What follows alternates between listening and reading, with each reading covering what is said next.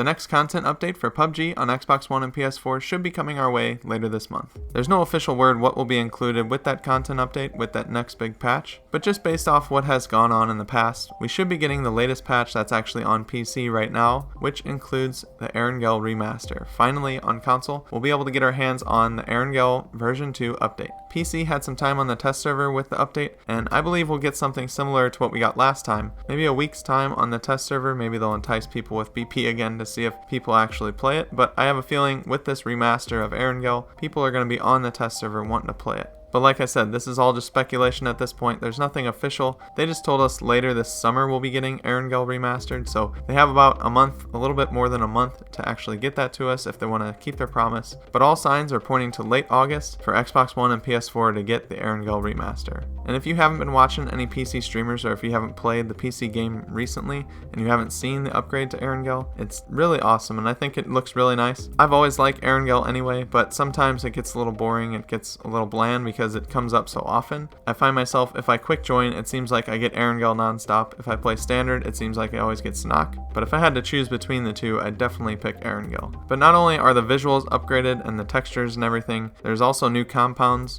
The buildings have changed, the interiors of buildings. Some of the stairwells are wider than before. They just made a bunch of improvements to the map, and I hope that they do this to the other maps as well if they need them. But of course the ERANGEL Remaster is not the only thing that's included with this patch. There's a bunch of other stuff, so let's get into it and see what all should be included if my prediction is right and we get this patch late August. Another reason this patch makes sense with the timing anyway is Survivor Pass 4 Aftermath. As you know, Survivor Pass 3 Wildcard just recently ended. PUBG definitely wants us to keep going, they want us to keep paying for things, so I imagine we're going to be getting Survivor Pass 4 Aftermath with this next patch, just because they're going to want that revenue stream to keep going, and they don't want the game to get stale. Now that we've played the Survivor Passes and we've gotten all the missions, it seems like when you don't have missions, a piece of the game is kind of missing. So whether they add that with some kind of survival title system without the pass, just have those missions so you can rank up something and maybe get some rewards, it seems like something's missing when there aren't missions to complete now. So I'm definitely looking forward to Survivor Pass 4 Aftermath.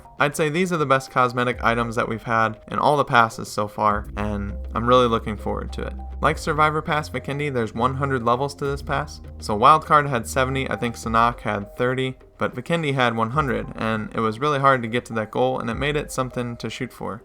It looks like it's going to last 12 weeks this time, at least that's what it is on the PC. Usually it's just 10 weeks, so that's good news. We got 2 extra weeks to try and get to level 100. There's also a new cooperative mission system, so if you just participate and you play while the pass is going live, you can get rewards by the community completing missions. So after we complete a certain amount of missions as a community all together, we'll be granted a reward, probably a cosmetic item. It looks like in the picture that I'm shown here, there's a face, and you can see as a community in this image, they've completed over 10,000 missions. Just another way to reward players for playing the game. Even if you don't go for it and play all day and all night, you can still get some items just by the community playing a lot. So that's pretty cool. I like that inclusion. This cooperative mission system will have 5 phases in total, and each has a unique reward upon completion. And new to this pass, you can now swap out 3 daily missions for free, but you can also use BP to swap out additional daily missions or even weekly missions. And if you complete all 3 daily missions, you can spend 1500 BP to get a new set of daily missions to complete. This is awesome because it's going to give us more chances to get XP. If you're able to pound out those daily missions, you can really rack up some XP and level up your pass. And we all know that some of us have a lot of BP stored up, so I can see this coming in handy, especially if you need to increase your level just to get that next cosmetic item. We'll also be getting another survival title system season, and this will be season 3 on console. It's season 4 on PC, but they had one extra than us. But we should see similar rewards to what they have on PC. And hopefully this time we get more time to actually attribute to this, because we only had a couple months on this season 2 on console, and it was pretty hard to get high up there.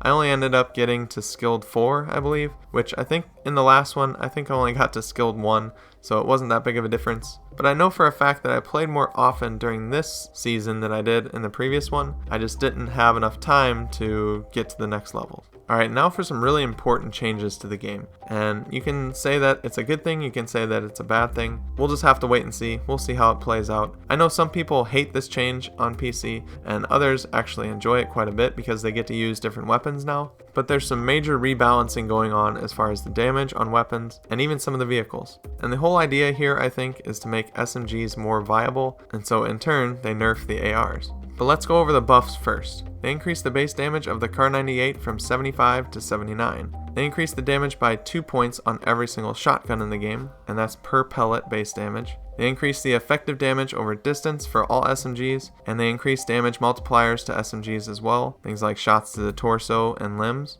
And that right there in itself doesn't make SMGs just world beaters or anything like that, but the nerfs are what is going to help out the SMGs in a big way. But first, they reduced the base damage of the M24 from 79 to 75. So basically, they swapped the damage of the Kar 98 and the M24. And I think that makes sense because the M24 can carry 7 rounds. It has a faster bullet speed. It doesn't have as much drop to it. But the Kar 98 does have that drop. It should do a little bit more damage. I think the M24 was still basically a care package type of weapon. They didn't really do anything to it once they took it out of the care package. So I actually like this change. I think it makes them more balanced. But here we go. They reduced the base damage of the barrel from 47 to 46. They reduced the base damage of the AKM and the Groza from 49 to 47. They reduced the base damage of the M4, G36, QBZ, SCAR, and AUG from 43 to 41. And if you watch Wacky Jackie's video on this, it looks like the SCAR has been nerfed to irrelevancy basically, which is really sad because that's my favorite weapon. The slow firing of the weapon as well as the drop in damage here just really hurts it in a big way. So I'm not happy to see that, obviously, as a SCAR lover myself. But yeah, basically every AR is getting a nerf except for the single tap weapons. And that's going to make M16s and mutants more viable as well because they have a higher damage than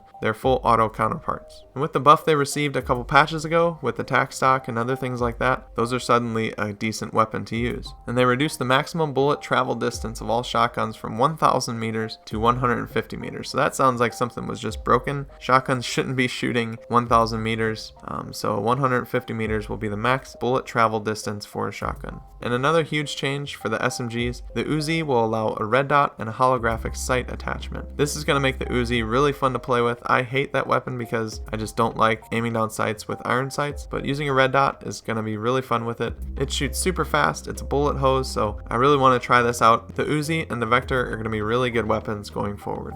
And like I said before, there's some vehicle balance updates that should be coming with this patch. They improved the handling of rear-wheel drive vehicles. Regular and 3-seater motorbikes had their stabilization improved. They greatly improved the handling of the buggy and increased the buggy's wheel durability by 50%, which you can pop those things pretty quick, so that's pretty good. They increased the health of the UAZ from 900 to 1200, which is amazing news to hear because I've been blown up so many times lately, it's not even funny. And they decreased the health of the Murado from 1000 to 900, so interesting that the Murado was actually beefier than the UAZ, which doesn't make sense to me, but that's the way it was. But now the Murado will have health of 900 and the UAZ of 1200. And last but not least, I'd like to mention this. There's some other things here, but this is the main thing that I've taken away while reading the patch notes. They added a radio to the vehicles, so you can turn on the radio and actually switch between a couple different tracks. And at first I thought that this was going to be really annoying, but it seems like it's pretty fun to mess around with. You're driving with your team for a while, you turn on the radio and it's blasting the classic PUBG music. I think it's going to make for a good time. And hey, if people want to use it, they're just announcing themselves. Anything that can help me, I guess, is fine too. Another pretty big change with this patch, another huge gameplay implementation. Healing and boost items can now be used while moving. So before, you can move in like a 3-foot radius and you can move all around. But if you move too far, you would stop healing. Where after this patch, you'll be able to move basically wherever you want while you're healing, but you're limited to walking speed. So you're going very slow. You're not able to run and boost or run and heal like you are in like Apex Legends or Call of Duty. So it's not like we're breaking the game by any means. You can just move around at your slow walking pace and not get your healing interrupted. And last but not least, I want to mention the Erangel Blue Zone changes that they've made with this patch. The size of the safe zone in early phases has been reduced. The blue zone waiting time in early and mid-game phases has been reduced. The movement speed of the blue zone during some mid and late phases has been decreased. And the blue zone waiting time for the final phase has been reduced as well. So I think they're trying to make the games a little shorter, make them not as boring mid-game, push the circle, make people move, but at the same time, make the circle a little slower. If they just implemented like what Sanhok has on Erangel as far as the zone speed, I think most people would be happy. It sucks dying to the blue, and it sucks not even being able to catch it in a car sometimes if you're on the fat side. But we'll just have to play this and see how these blue zone changes actually feel when we get our hands on it. Of course, there's some other improvements, and there's going to be a bunch of bug fixes, I'm sure, with this patch, but that's pretty much what you can expect when we get the next update, hopefully later this August. Like I said in the beginning, this is purely speculation. We don't have anything official saying that we're going to get the ERANGEL Remaster late August. It just seems like the way things went with previous patches and what the PC gets and then what we get, this is the next step. And I had a video going over what we were going to get with the last patch before it even came out, before the news broke and was official, and I was right about that, so hopefully I'm right about this one. But again, if I'm wrong, then I'm wrong. Just take that with a grain of salt. I'm just giving my best guess. And obviously, if I am wrong, I'll be making a follow-up video once we get official news on what will be coming with the next patch. We know we're getting an update late August. We just don't have an exact idea of what it's going to be. Remember to like the video if you found it useful and subscribe to stay up to date on everything that I publish. What are you guys most excited about if this is indeed what we get with this next patch? Is it the ERANGEL update, or the weapon changes, or just simply that they're increasing the health on the UAS because you keep getting blown up by one guy with a scar? Let me know in the comment section below. I'm always interested to hear what you guys say. You can follow me on Twitter at YTBoris15, but with all that being said, I hope you guys have a good rest of your day. Until next time, I'll see you later.